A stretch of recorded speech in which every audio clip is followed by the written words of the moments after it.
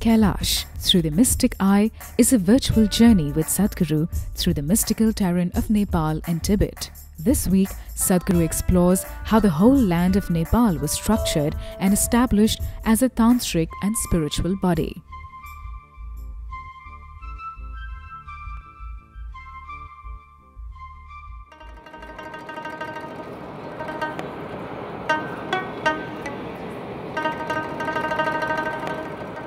There is an interesting story about how Nepal got its name. There was, according to legend, a Hindu sage named Ne, who lived in the Kathmandu valley thousands of years ago in the prehistoric era. Pal means protection. As the area was under the protection by sage Ne, it became known as Nepal. The kings of different dynasties have ruled the region since then. Nepal used to be the only constitutionally declared Hindu nation on the planet till 2008, when it was declared a federal democratic republic and a secular state. The country's rugged terrain is made up of peaks and valleys. The world's 10 tallest mountains, including Mount Everest, the highest point on the planet, are all a part of Nepal. Over 240 peaks tower at over 20,000 feet above sea level, and the plains are fertile and humid, making them suitable for agriculture.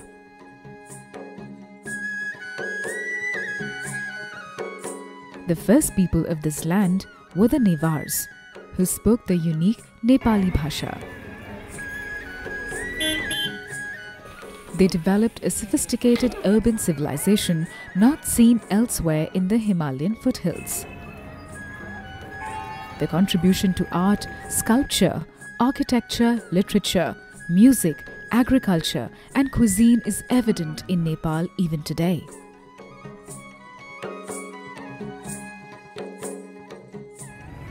However, mass migration into Nepal has resulted in the Newars making up just 5% of the population in their own homeland, and their rich language and culture is rapidly becoming extinct. In Nepal today, 81% of the population is Hindu. But they follow a complex combination of Vajrayana Buddhism and Tantric Hinduism, also referred to as Buddha Marg and Shiv Marg. Over a period of time, elements of these two religions have been interwoven into the ancient Bon religion, making a third unique amalgamation called Tibetan Buddhism.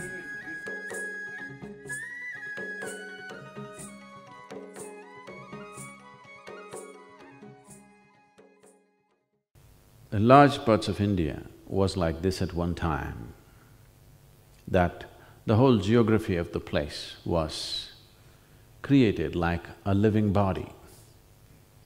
They established, like how in the human body the energy centers are, like this they established these bodies. Many kings sponsored these great adventures of turning their whole kingdom into a spiritual body.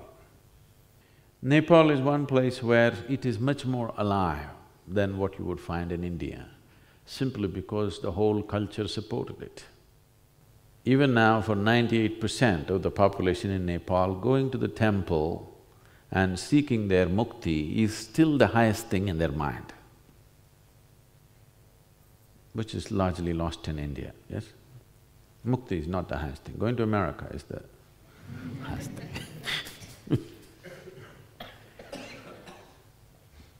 So, when the very psychology of a civilization was completely geared towards ultimate liberation, these things could be done, but the very geography could be converted into a living spiritual body. So Pashupatinath is seen as the forehead of Shiva. So where does Shiva fit into all this? We'll look at that later, okay? He creeps into everything. How? Why? We'll look at that later. Pashupatinath is seen as the forehead of Shiva, and his body flows, one body to the south another body to the west. One head, two bodies. These two bodies represent two fundamental systems of Tantra. The southern body is the right hand and the western body is the left hand. When I say Tantra, I am not talking about the Tantra that you're hearing of today. Tantra does not mean unbridled promiscuity. Today, the word Tantra evokes all kinds of nasty things in people's minds because most of the information that you know about Tantra is rebound from the American shores.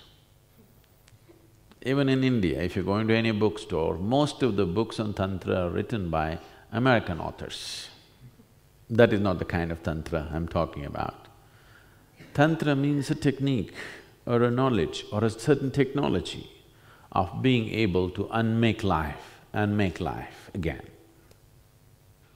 Those of you who come from India and maybe you have spent little time to look at the calendar art in India, you would have seen that sometimes there is a yogi or sometimes a woman who has taken off her head or his head, placed it in their hand and walking.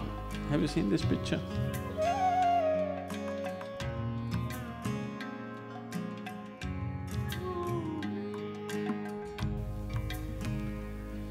So this basic tantric imagery is to tell you that this is about the mechanics of life, understanding this machine so perfectly that you can completely dismantle it and put it back. So based on this, and when I use the word Tantra, I want you to understand from this context, not from… In this context, they created two tantric bodies with one head. The forehead is here in Pashupatinath. The Sahasrar, the top of the head, is in Kalpanath. What is above is in the Muktinath. What is beyond is Kailash.